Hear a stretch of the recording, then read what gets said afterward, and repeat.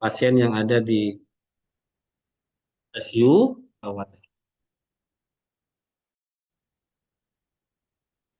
Lalu, lalu satu hal lagi Bapak Ibu, di RSCM dan di beberapa rumah sakit besar di Jakarta terutama, kami punya ventilator di IGD.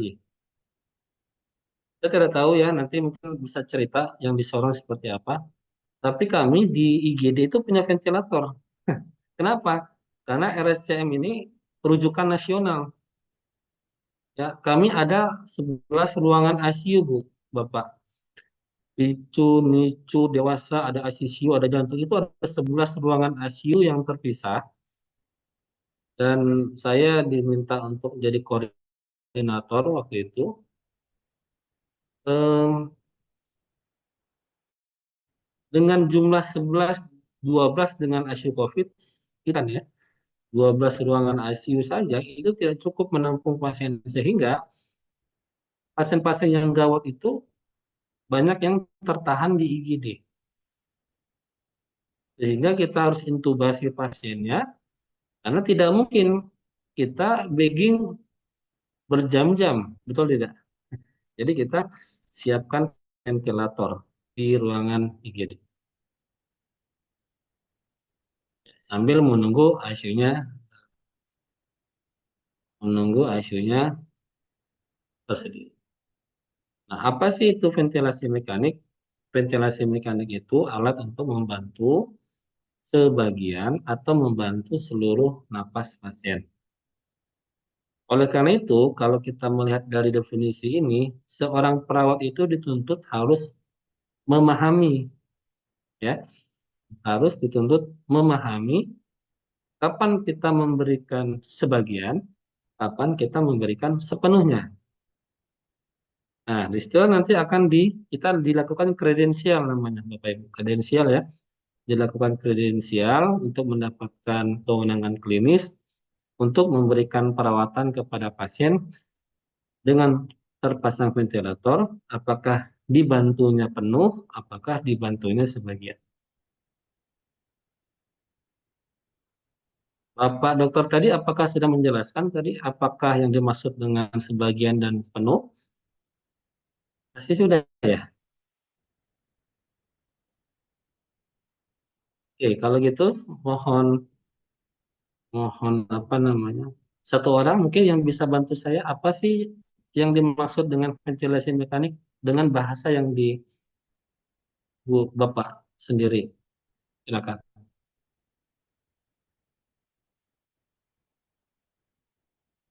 Monggo.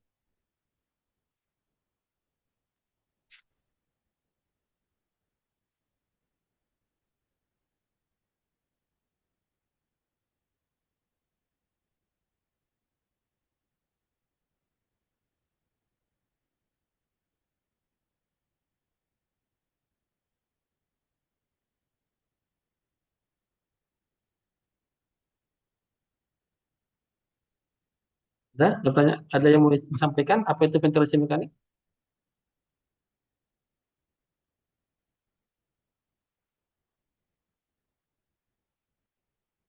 Oh, oke lah, lanjut aja ya. Oke, nanti kita akan bahas. Nah, ini dia Bapak Ibu. Cakupan kita dalam merawat pasien itu adalah dimulai dari sebelum pemasangan ventilator, ya, sebelum pemasangan ventilator sampai ke pasien pasca ekstubasi. Itu menjadi ruang lingkup kerja kita nih sebagai perawat. Jadi bukan berarti kita belajar ventilator yang kita konsenkan ya itu hanya mesinnya saja. Tidak, Ibu, Bapak.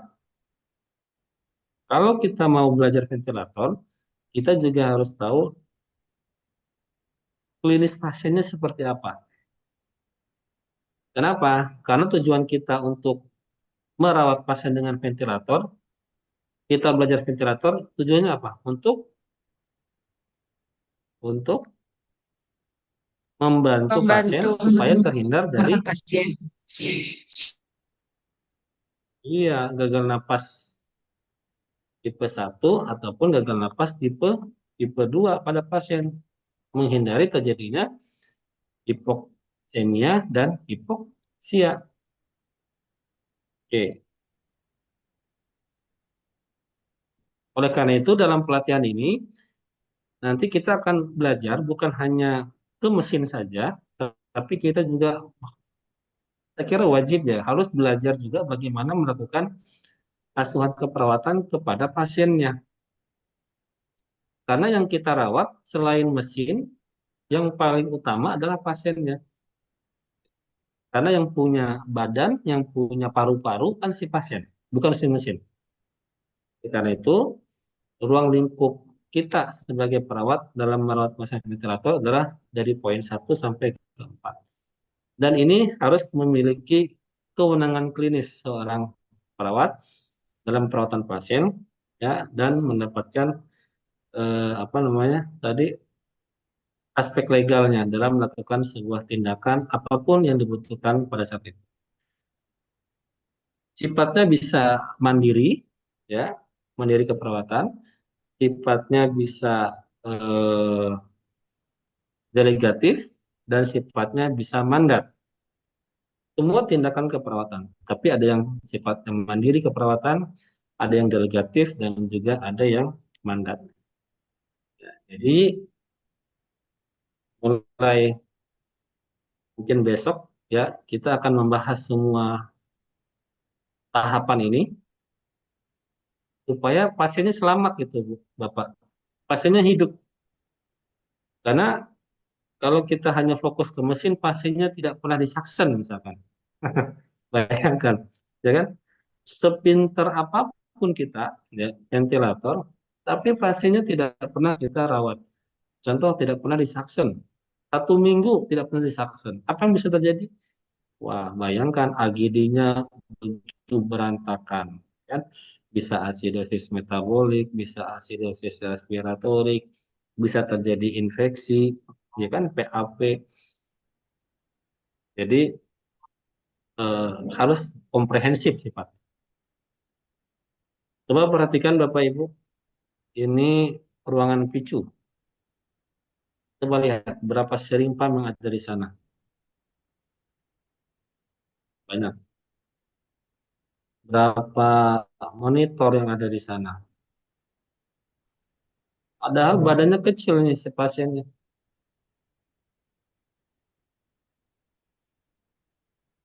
Ini bayi ini operasi bedah jantung Bapak Ibu. Bedah jantung. Di kepala kita apa kira-kira kalau melihat alat sebanyak ini? Ibu Elizabeth mungkin punya pendapat.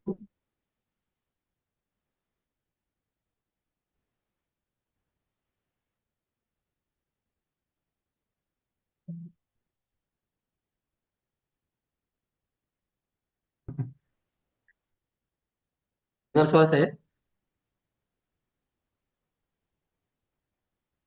Ini pertanyaan apa?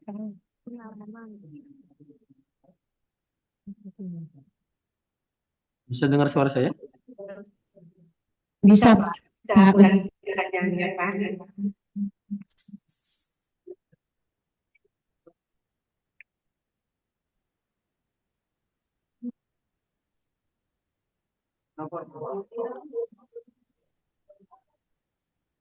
Halo,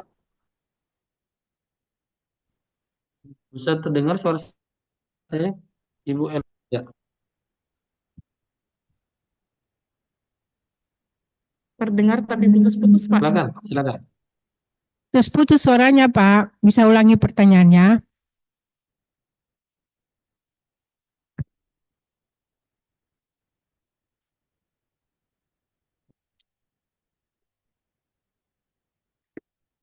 Terlempar.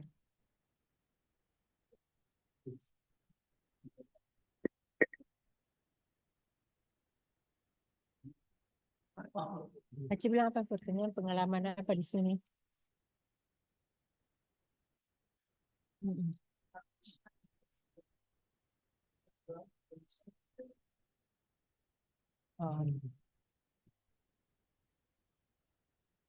Oh. Bapaknya tidak muncul lagi. Tunggu dulu.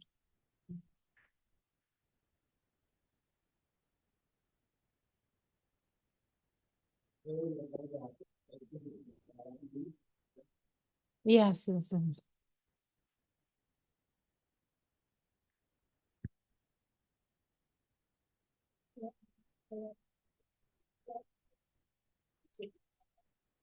Iya, iya, iya. Tunggu nanti Bapak masuk dulu. Ya.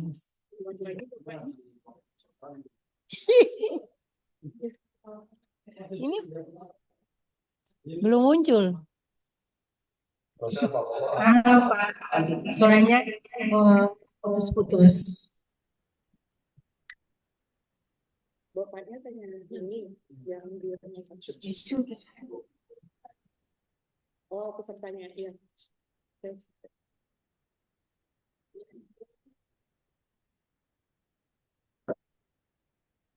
Mau bicara tapi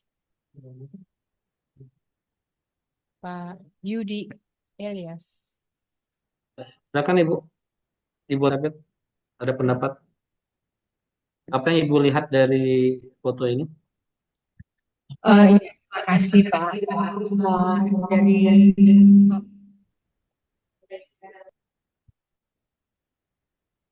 iya, memang tidak ada suara dari tadi.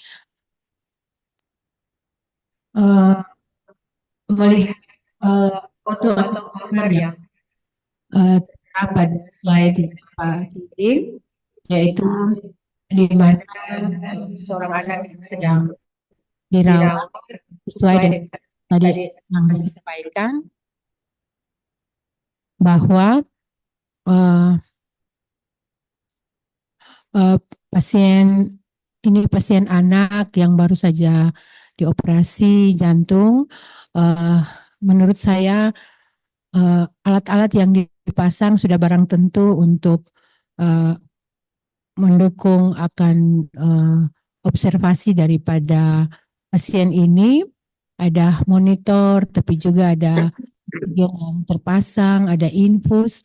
Jadi menurut saya ini adalah hal-hal bagi kami sebagai seorang perawat yang harus betul-betul memperhatikan pasien ini dengan baik, harus mengobservasi ini dengan baik. Jika ada hal-hal yang harus diperbaiki, yang harus dilakukan, maka kerjasama tim dengan seluruh perawat yang ada di ruangan ini harus bisa berjalan dengan baik. Itu mungkin dari saya, Pak. Terima kasih. Baik, baik. Terima kasih Ibu Elizabeth, luar biasa sekali. Terima kasih. Ya, jadi betul yang tadi disampaikan dalam kondisi pasien seperti ini tentu saja perlu kompetensi ya, perlu kompetensi yang dilegalkan dalam bentuk kewenangan klinis sehingga kita mempunyai aspek legal dalam melakukan kepada pasien tersebut. Dari sisi klinis mungkin kalau kita lihat semakin banyak alat yang ada di sekitar pasien akan semakin kondisinya tidak baik-baik saja ya. Nah, dari salah satu alat yang ada di foto ini, salah satu alatnya dari sekian banyak adalah ventilator. Bayangkan seorang perawat ICU harus menghandle semua alat yang ada di sekitar pasien. Tujuannya satu, menjaga hemodinamik tanda-tanda vital pasien tetap stabil. Saya jaga pasien seperti ini sudah belasan tahun dan pengalaman saya, jenis malam itu hilang rasa ngantuk saya. Kenapa? Karena kita tuh bergerak terus, berpikir terus apa yang bisa kita lakukan untuk menjaga pasien ini tetap stabil dengan alat yang begitu banyak, sirimpang seperti pohon beringin di belakang, betul ya? Bisa 20, ada batu-batan begitu banyak. Ini menandakan bahwa seorang perawat itu harus memiliki apa namanya sebuah kompetensi.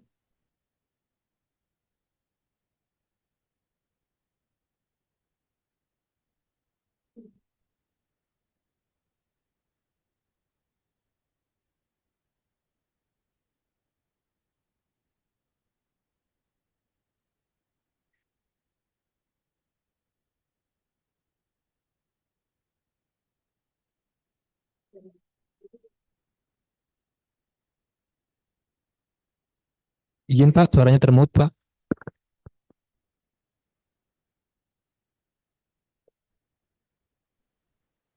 Iya, jadi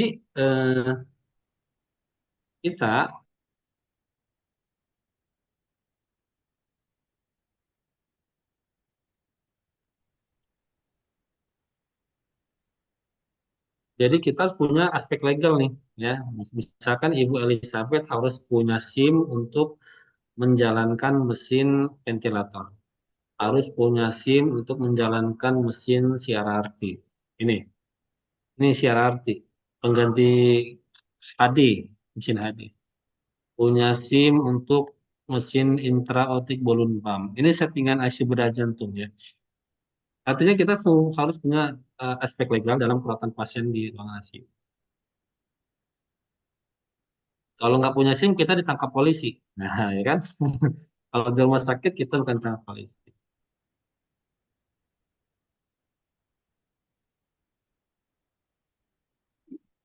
Oke, saya ingin mengatakan bahwa begini Bapak Ibu.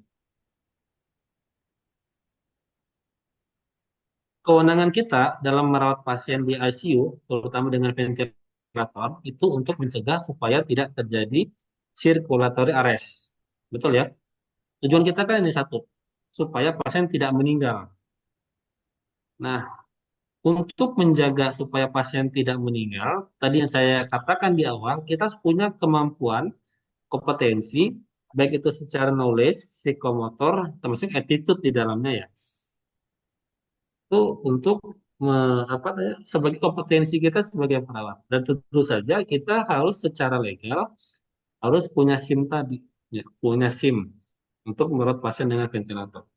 Kenapa? Karena kalau kita tidak punya kompetensi, tidak punya kewenangan klinis, pasien kemungkinan besar masuk ke ICU dan bisa terjadi henti napas, henti jantung karena kita kurang kompeten. Namun, yang harus kita pahami adalah terjadinya circulatory arrest ini tidak terjadi tiba-tiba, Bapak Ibu. Saya ulangi, terjadinya henti jantung itu tidak tiba-tiba. Ya, misal begini, sebelum asistol mungkin ada bradikardi sebelumnya dan mungkin ada takikardi sebelumnya.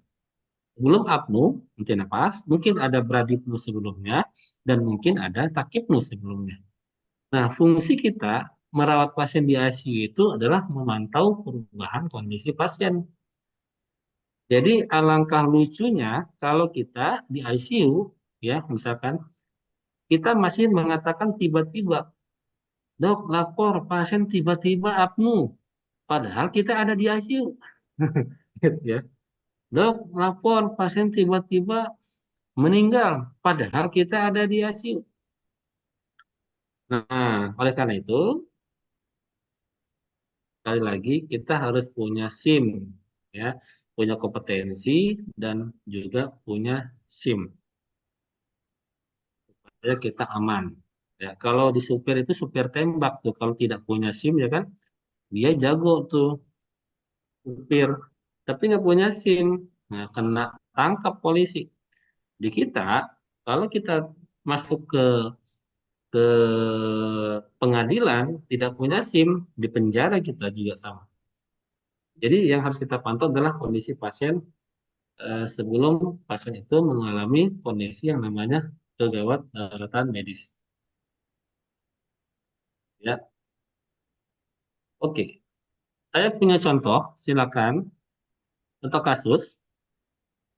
Ini salah satu apa ya kasus yang mungkin bisa kita hadapi di ICU khususnya atau di rumah sakit. Ya, dan ini merupakan kompetensi kita sebenarnya, dan kita harus bisa melakukan identifikasi dan tata laksana kepada pasien tersebut. Silakan dibaca kasus ini.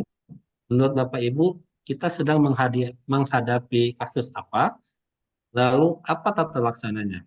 Ini berkaitan dengan kemampuan kita berpikir kritis ya. Critical thinking kita harus bagus, kompetensi kita juga harus bagus secara psikomotor, attitude kita berkomunikasi dengan nakes lain, dalam hal ini dokter. Silakan Bapak Ibu, kalau punya pendapat dengan kasus ini kasusnya apa, lalu tata laksananya apa kira-kira yang paling tepat? Silakan.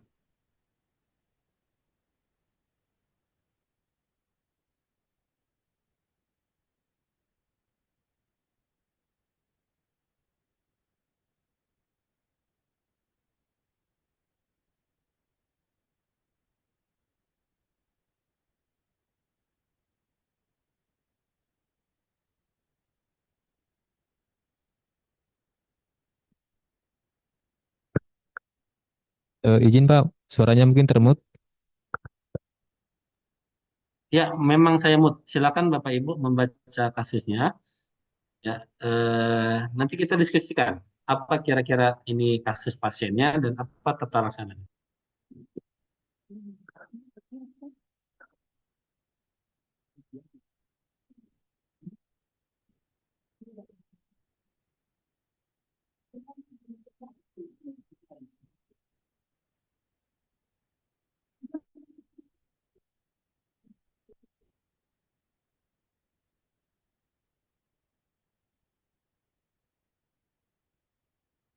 Ini Bapak sih.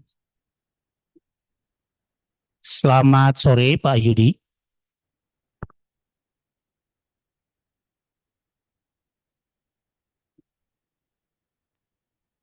Selamat sore Pak.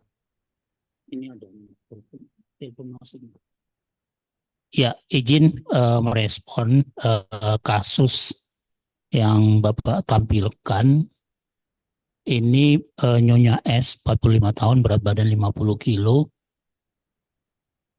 dengan post-thoracotomy.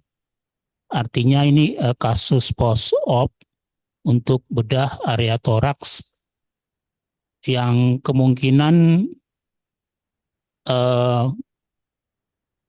kasusnya kita tidak tahu apakah daerah toraks yang dibedah itu dia mengalami masalah kasus jantung atau apa, trauma atau apa. Yang jelas dia mengalami post-thoracotomy. HB sangat rendah sehingga harus dilakukan transfusi pure red cell atau murni sel darah merah.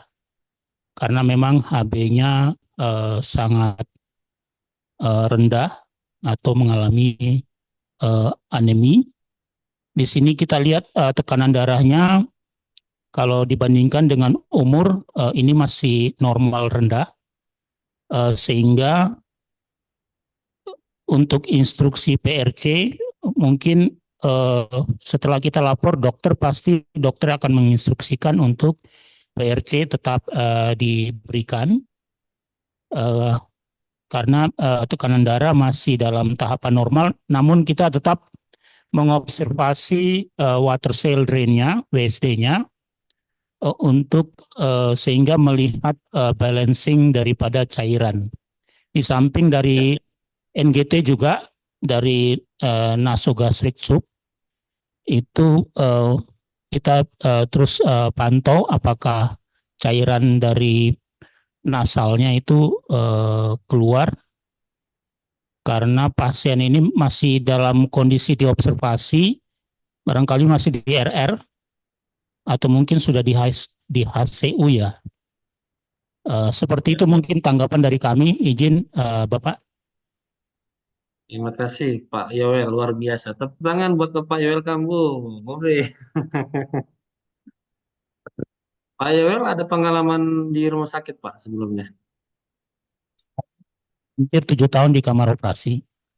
Oh, pantas saja. Luar biasa, sukses. Ya, terima kasih Pak. Ya, saya panggilnya Pak Yoel Kambu ya. Pengalaman tidak berbohong ya. Jadi Bapak Yoel Kambu tadi menjelaskan kondisi pasien seperti apa. Ya, pasien ini adalah kasus bedah di mana terjadi perdarahan, ya, lalu terjadi shock, ya. Kita fokuskan shocknya adalah shock hipovolemik, Ya, betul. Karena ada perdarahan, jadi jenisnya adalah shock hemoragik. Ya. Apa cirinya pasien ini mengalami shock? Tensinya turun, heart rate-nya meningkat, CPP-nya turun, lalu ada produksi WSD-nya banyak, lalu HB-nya 8 turun. Dan ini jelas mengalami kondisi shock akibat shock hipovolemik, khususnya adalah shock hemoragik karena perdarahan. Jadi kesimpulannya kita sedang menghadapi kasus shock hemoragik. Ya. Nah, apa tata laksananya pada kasus ini? Sebagai seorang perawat, yang tadi saya sampaikan, harus mempunyai critical thinking yang bagus. Kita ini bukan robot. Kita ini bukan robot yang disuruh oleh dokter A, kita A. Disuruh B, kita B. Tanpa kita berpikir sama sekali. Kita harus punya critical thinking yang bagus karena belum tentu yang disampaikan dokter itu betul. Karena dokter itu manusia, bukan dewa, bukan Tuhan. Betul, sepakat ya? Nah, itulah kenapa kita harus punya critical thinking juga. Gitu. Kita harus punya eh, ilmu ya yang minimal mendekati lah, walaupun tidak melebihi, tidak sama, tapi mendekati. Apa yang disampaikan dokter, apalagi anestesi, apalagi KIC, itu nyambung dengan pemikiran kita. Jadi alangkah malunya kalau misalkan dokternya bilang A, kita tidak ngerti. Itu artinya kita jauh sekali ilmu pengetahuan kita dibandingkan dokter tersebut. Nah, oleh karena itu, saya ingin mengajak ibu bapak di sini bahwa dalam menghadapi sebuah kasus itu harus memiliki apa ya critical thinking yang bagus sehingga kita bisa berkolaborasi dengan baik dengan dokter, terutama di ICU. Jadi kalau kita melihat kasus ini, kita sepakat shock hipovolemik, khususnya shock hemoragik. Yang kita lakukan pertama kali adalah dengan memberikan produk darah. Ya. Jadi kalau Bapak Ibu posisinya ada di ICU, misalkan ya, lalu lapor ke dokter via telepon. Kita kan menggunakan teknik S-bar. SBAR. Jadi kan situationnya bagaimana? Kita jelaskan kepada dokter. Dok, lapor Nyonya S 45 tahun post-torakotomi hari pertama. Itu kan situationnya. Ya kan? Backgroundnya di eh, pasiennya sekarang dirawat di ICU dengan kondisi bla bla bla bla. Asesmennya apa? Asesmen kita nih sebagai perawat. Dok, sepertinya pasien sudah terjadi shock hemoragik. Lalu R-nya apa? Rekomendasi. Nah, seorang perawat yang bagus itu mampu memberikan rekomendasi kepada dokter yang ada di rumah atau yang sedang tidak ada di tempat. Dok, menurut saya pasien ini harus segera kita resusitasi cairan, dok. Setuju tidak? Lalu karena pasiennya bleeding, dok, kita siapkan darah ya, dok. Nah, ide-ide itu harus muncul dari kepala kita nih sebagai perawat yang ada di ICU. Karena kan dokter tidak selalu ada di ruangan. Setuju tidak Pak Yowel ya? Jadi kalau kita salah menginterpretasi data, ya, salah melaporkan data, wah selesai sudah, wah salam, selesai, pasien bisa meninggal. Kalau kata anak sekarang, meninggoy. Nah, ya kan?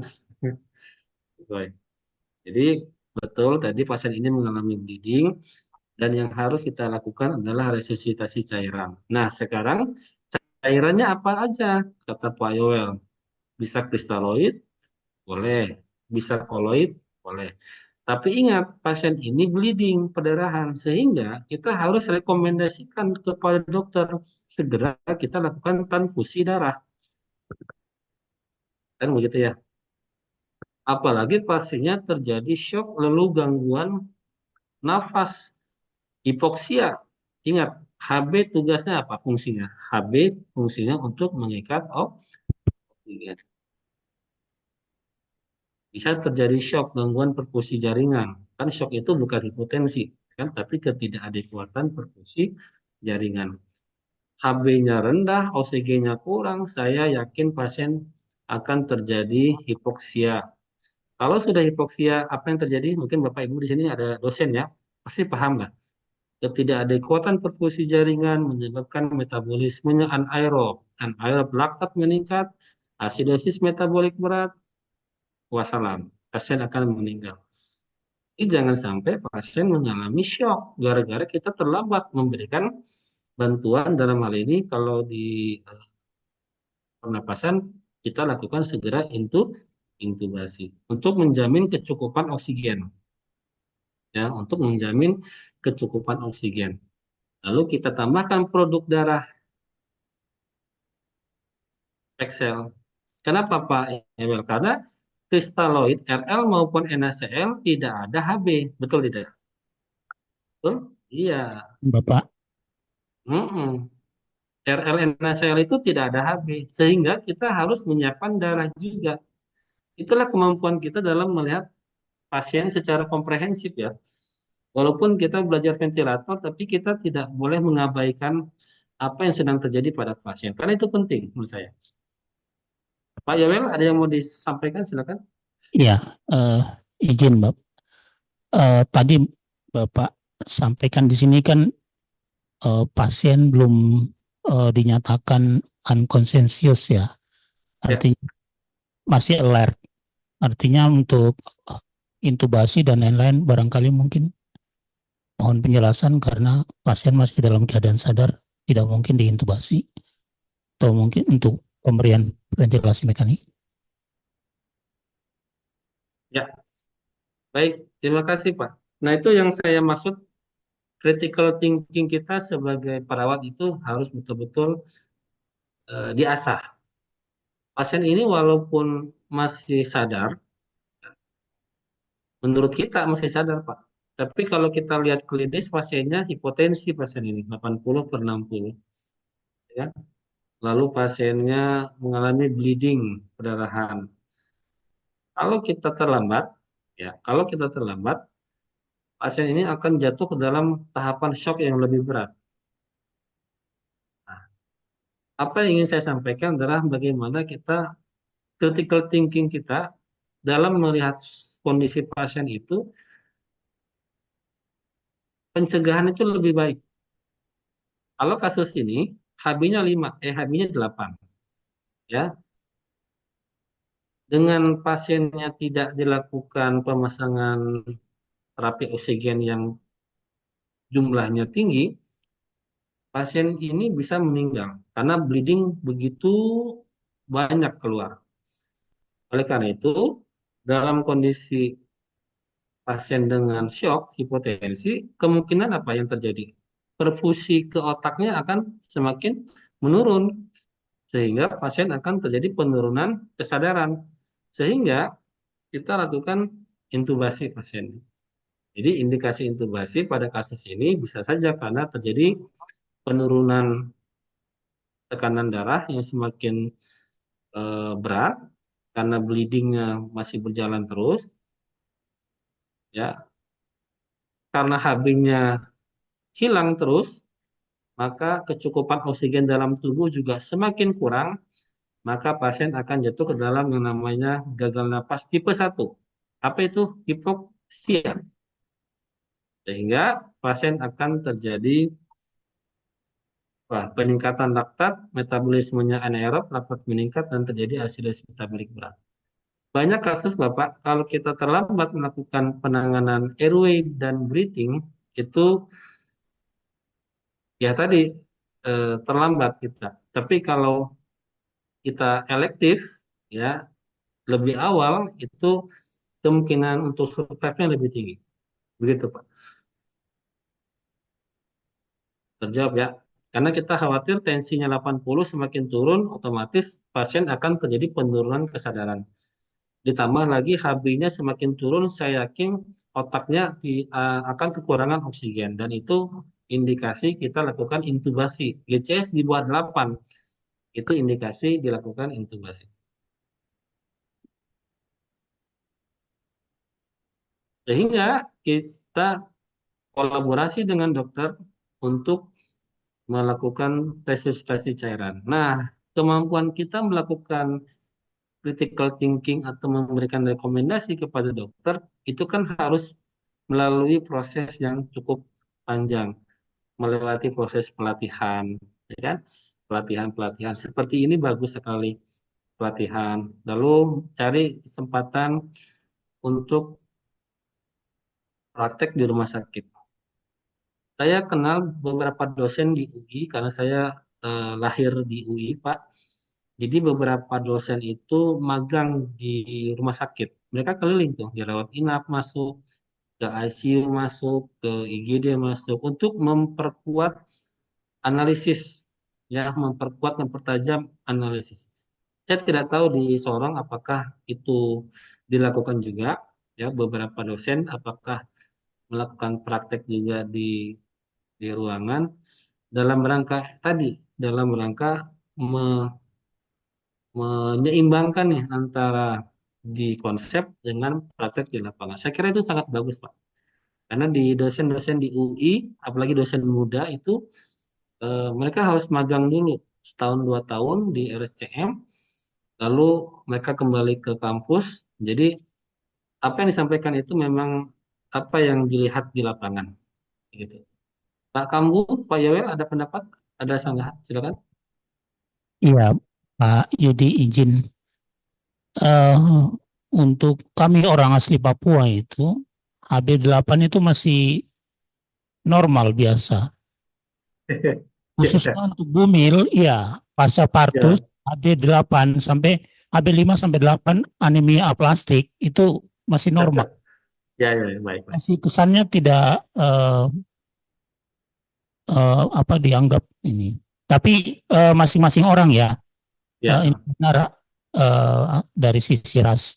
Tapi secara ilmu itu memang sudah eh, perlu untuk segera dilakukan resusitasi baik eh, untuk cairan transfusi. khusus ya untuk mengembalikan apa namanya karena ini faktornya karena perdarahan shock hipovolemik jadi segera harus ditindaklanjuti dan juga diberikan pernapasan bantuan karena juga Ya, dua hal betul. yang sangat penting resusitasi bantuan napas dan juga untuk cairan demikian Bu.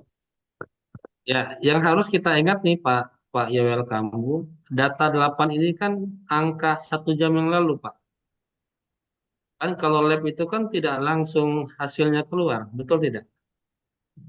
Data yang kita lihat ini mungkin setengah jam yang lalu, 1 jam yang lalu, darahnya kan masih mengalir terus Pak. Ya Jadi benar, kemungkinan benar, ya. sekarang ini bukan 8 lagi, mungkin bisa 6, bisa 5. Kan gitu ya. Nah itulah kemampuan critical thinking kita tuh harus sampai ke sana gitu. Angka di depan kita ini angka 8 betul habis, tapi ini 1 jam yang lalu karena sampel darahnya diambil 1 jam yang lalu. Saat ini mungkin 1 jam 2 jam kemudian karena darahnya belum ada yang masuk, saya kira akan semakin turun nih. Bukan Ya, 8 saja, tapi bisa 7, bisa 6, bisa 5. Yang bisa kita lihat ini Pak, nih ya, konjungtiva anemis ya, yang bisa kita ya. lihat. Gitu kurang Intinya lebih. segera resusitasi cairan. Ya, ya, betul. Jadi Ya, sepakat ya pasien ini butuh volume ya. sepakat. Sepakat. Makasih, Pak. Oke. Nah, itu salah satu contoh ya yang kemungkinan kita alami dan kemungkinan kita hadapi saat ada di ICU terutama menghadapi kasus seperti ini. Dan ini kental sekali dengan eh, kompetensi kita sebagai perawat, kewenangan klinis kita sebagai perawat, bagaimana proses kredensial ya termasuk di dalamnya ada STR, ada SIP yang menjadi SIM kita yang utama ya sebagai perawat di rumah sakit itu harus ada. Yang terakhir adalah kita dilindungi oleh rumah sakit yaitu tadi kewenangan klinis yang ditandatangani oleh direktur. Jadi kita kalaupun ada tuntutan hukum ya kita masih masih aman ya. Yang berbahaya itu kita melakukan perawatan pasien dengan ventilator, tapi kita tidak diberikan kewenangan klinis. Di saat pasiennya terjadi kegawat daulatan, lalu pasiennya meninggal, kita dituntut malpraktek, lalu kita diminta menunjukkan SIM kita, kita tidak punya, waduh, selesai kita. Bisa dipenjara kita kan. Padahal niat kita baik untuk menolong, tapi kan dari sisi hukum kita tidak punya SIM untuk itu. Jadi karena ini areanya area gadar kritis, saya kira untuk legalitasnya memang kita harus punya SIM tersebut. Ya, ini beberapa contoh kasus yang mungkin bisa terjadi. Oke, sebenarnya materi saya untuk konsepnya bisa dibaca ya, karena kalau saya lebih suka diskusi gitu ya, kasus-kasus. Kalau konsep dan teori saya kira Bapak Ibu semua sudah paham nanti dan bisa dibaca saja. Jadi saya lebih suka ke sifatnya yang aplikatif. Ya, ini terkait dengan masyarakat, tentu saja masyarakat menuntut kita untuk bersikap profesional. Kan kalau mereka tidak puas ya tadi kita akan dituntut oleh masyarakat. Dikira nanti, wah Pak Yudi malpraktek gitu ya. Jadi resiko sekali karena masyarakat sekarang lebih kritis Pak dibandingkan zaman dahulu kala ya, lebih kritis. Dan kalau kita punya SIM ya, kita ada undang-undang sebenarnya. Dalam kondisi gawat darurat atau life saving sebenarnya kita punya undang-undang yang melindungi kita. Yang penting sifatnya adalah life saving. Tapi alangkah lebih baiknya kita punya SIM itu juga, ya. Walaupun di undang-undang kita dilindungi dalam melakukan apa namanya life saving ya, bantuan hidup pada pasien. Tapi kan budaya kita di Indonesia beda-beda ya. Mungkin di Jawa beda budayanya, di Papua beda budayanya, dan kita tidak bisa lepas dari kebudayaan masyarakat yang ada di sekitar kita. Ya, dan kita memang harus betul-betul hati-hati. Ya, kita niatnya baik, tapi orang lain tidak begitu melihatnya. Sehingga ada istilah nyawa diganti dengan nyawa. Oh, itu kan seram sekali ya. Padahal kita niatnya baik untuk menolong, tapi ya begitulah ya. Budaya kita memang harus hati-hati ya, jangan sampai kita eh, terperosok dan kita mendapatkan masalah. Nah, tadi yang saya sampaikan, kita harus profesional, kompeten, lalu etis, etis sesuai dengan kebudayaan kita ya, pasien tersebut. Lalu kita juga paham undang-undang yang berlaku ya, yang bisa melindungi kita. Ya, bagaimana kita membutuhkan keperawatan yang bermutu, ya, tetap aman dan tetap responsif. Itu tujuannya. Dan ini beberapa lembaga yang terkait dengan etik, disiplin, dan hukum, saya kira ini tinggal dibaca saja ya. Kalau kita berhubungan dengan hukum, pasti kita akan berhubungan dengan orang-orang yang ada di sini nih, polisi, jaksa, dan selainnya.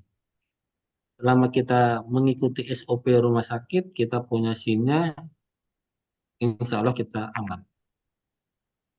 Ya, oke, etika pada praktik. Kira ini nanti dibaca saja ya Bapak Ibu, mohon izin karena waktu juga sudah malam ya di sana ya. Jadi apa-apa yang tadi intinya tadi sudah saya sampaikan di awal dengan menggunakan beberapa kasus. Untuk yang sifatnya konsep ini saya kira bisa dibaca ya, bisa menyusul lah. Saya khawatir Ibu Bapak di sana sudah lelah. Yang penting sudah menangkap apa yang kita bahas tentang etik dan aspek legal dalam keperawatan dengan ventilator. Ini konsep-konsep bisa dibaca saja ya, terkait dengan otonomi, normal, malfeasance, justice, fidelity, veracity. Saya kira Bapak Ibu dosen di sini sudah terbiasa dengan istilah-istilah ini karena ini bagian dari skripsi ya, skripsi mahasiswa ataupun tesis pasti akan membahas tentang otonomi dari pasien dan keluarga. Ya, apa yang menguntungkan, apa yang tidak menguntungkan, proses keadilan yang seperti apa yang dibutuhkan pada pasien-pasien dengan terventilator dan lain-lainnya. Ya, ini harus kita jaga betul supaya apa namanya Ya tadi kita tidak dituntut ya, terutama oleh keluarga pasien.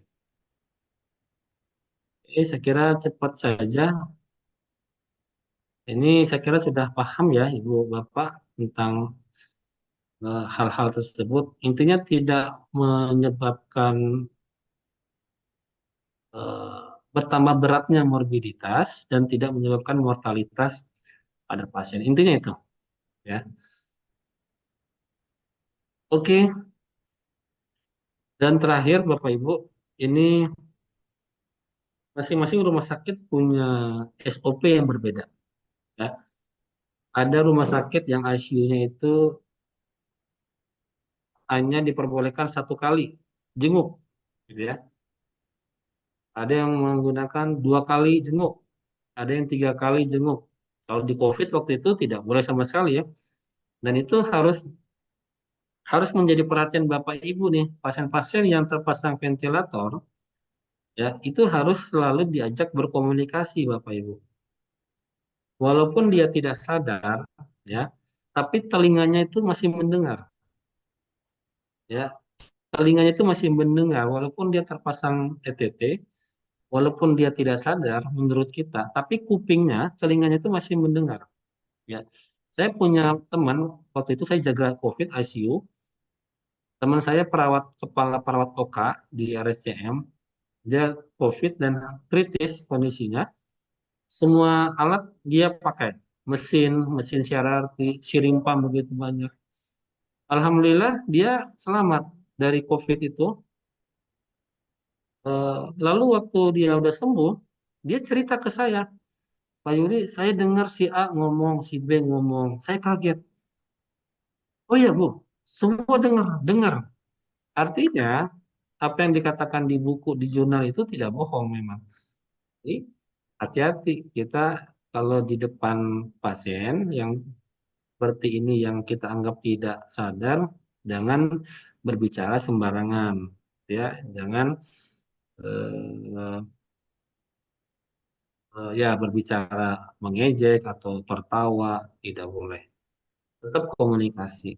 Jadi walaupun kita tidak sadarkan, pasiennya tidak sadar, kita tetap komunikasi. Ya, beri kesempatan keluarga untuk berkomunikasi dengan pasien walaupun pasiennya tidak sadar. Kita mau melakukan tindakan ke pasien, tetap harus komunikasi. Ya, mau suction, mau memandikan, walaupun tidak tidak membuka mata, saya berani jamin kupingnya masih mendengar karena teman saya sendiri yang mengatakan begitu. Ya, itu saja mungkin terakhir dari saya ya.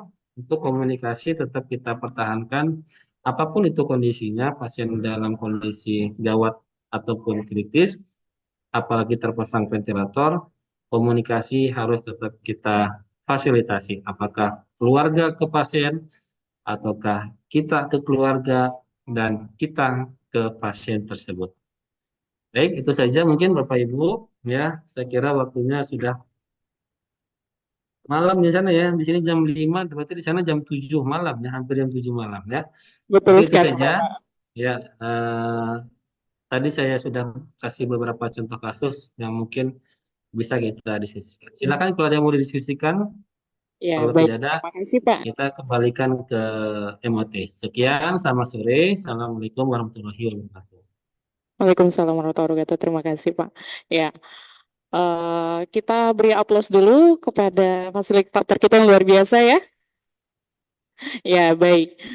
Tadi sudah dipaparkan materi terkait dengan konsep isu legal dan etik pada pasien dengan penggunaan ventilasi mekanik. Mungkin jika ada pertanyaan sebelum kami tutup ya, jika ada pertanyaan dari Bapak Ibu peserta terkait dengan materi yang sudah dipaparkan, disilakan.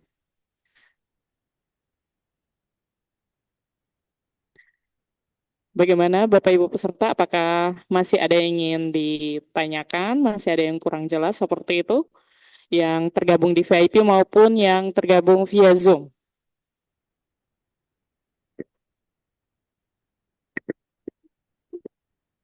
Sepertinya sudah low bed Ibu itu, sudah low bed. Ya, mohon maaf ya, mungkin karena sekarang sudah ICU. Jadi fokusnya jika ada pertanyaan dari Bapak Ibu terkait yang sudah disampaikan bisa dititip untuk besok mungkin. Oh, ada pertanyaan. Silakan Pak Yoel. Izin Pak Yudi, satu saja Pak Yudi. Ada image negatif bahwa pasien ini kan total care, lalu dia dipasang ventilator mekanik.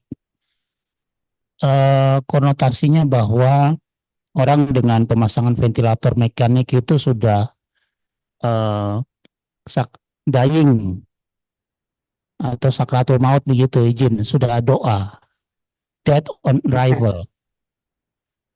Posisi standing position perawat seperti apa dalam kaitannya dengan komunikasi terapeutik kepada pasien dan keluarganya, karena di sini mereka mengalami dilema. Izin, mohon penjelasan, Bu. Ya, terima kasih Pak Yowel. Saya ingin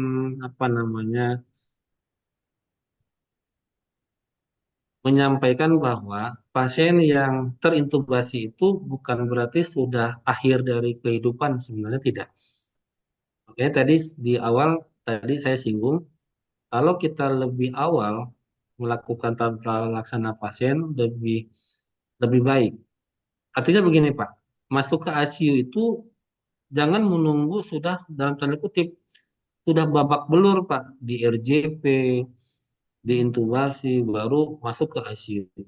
Kalau kita menunggu pasiennya masuk ke ICU sudah di RJP sebelumnya, ya masuk ke ICU ya cuma numpang lewat saja, biasanya begitu. Nah, ini bagaimana kemampuan rumah sakit untuk tadi mendeteksi lebih awal bagaimana kondisi pasien. Seharusnya masuk ke ICU itu elektif sifatnya, Pak. Elektif, direncanakan. Kalau masuk ICU-nya sudah dalam tanda kutip ya kondisi pasiennya jelek, sudah babak belur di RJP sekian menit, sekian jam, pasti outputnya tidak akan bagus. Jadi Pak Yowel kamu tidak salah mengatakan kalau pasien terventilator itu udah di ujung kehidupan. Ya memang karena memang ICU-nya menerima pasien sudah dalam kondisi babak belur Pak, sudah jelek kondisinya. Tapi mungkin kalau Bapak lihat ke rumah sakit lain, di Jakarta misalkan ya, masuk ke ICU itu dalam kondisi yang elektif Pak. Pasien post-op masuk ke ICU itu kan elektif ya. Lalu pasien yang belum di RJP masuk ke ICU, itu hasilnya lebih baik. Dan rata-rata mereka bisa selamat walaupun terpasang ventilator. Itu dulu nih, kita harus sepakat bahwa tidak semua pasien terventilator itu sudah akhir dari semuanya. Itu tidak. Yang kedua, apa peran kita sebagai perawat? Tetap tadi, ya. Peran kita secara komprehensif mampu melakukan asuhan keperawatan secara bio, psiko, sosio, kultural, dan spiritual. Bionya apa? Bionya tadi bagaimana kita mempertahankan hemodinamik tetap stabil. Obat-obatan apa yang kita gunakan. Setting ventilator bagaimana. Itu kan aspek bio. Ya, aspek bio. Aspek psikologisnya tadi komunikasi. Komunikasi kepada perawat, komunikasi kepada pasien, maaf, kepada keluarga, gitu ya. Itu untuk menjaga psikologis keluarga maupun pasien tetap jaga dengan baik.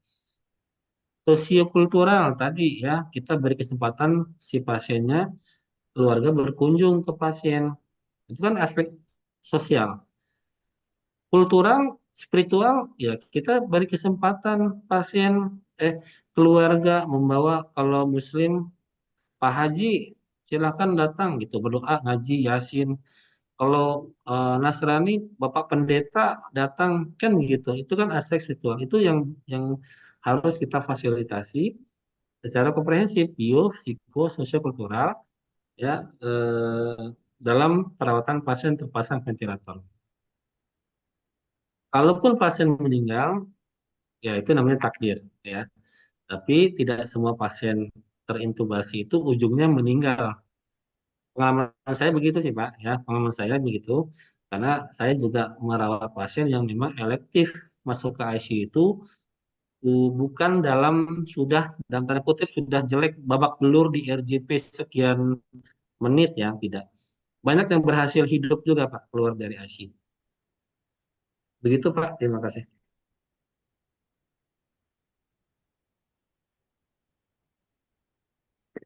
Terima kasih Pak Yudi. Ya, sama-sama Pak, terima kasih. Baik, Bapak Ibu, apakah masih ada hal yang perlu didiskusikan?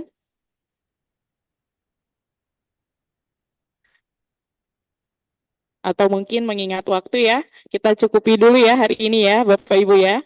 Jika mungkin masih ada pertanyaan, kita bisa lanjutkan besok terkait dengan materi ini. Ya, baik. Sebelumnya ya, saya kepada fasilitator kita ya Pak Yudi, luar biasa sekali materinya ya. Mungkin untuk selanjutnya sebelum saya tutup ya, saya mohon kesediaannya untuk pada ketua kelas kita ya, untuk menyiapkan yang akan memberikan refleksi maupun doa pagi hari besok. Sebelum kita tutup, mungkin langsung ditentukan agar Bapak Ibu yang akan memberikan refleksi maupun doa besok bisa mempersiapkan diri. Ya, kepada Bapak Yudi saya ucapkan terima kasih atas penyampaian materinya hari ini. Ya, mungkin bagi Bapak jika ingin meninggalkan Zoom saat ini disilahkan.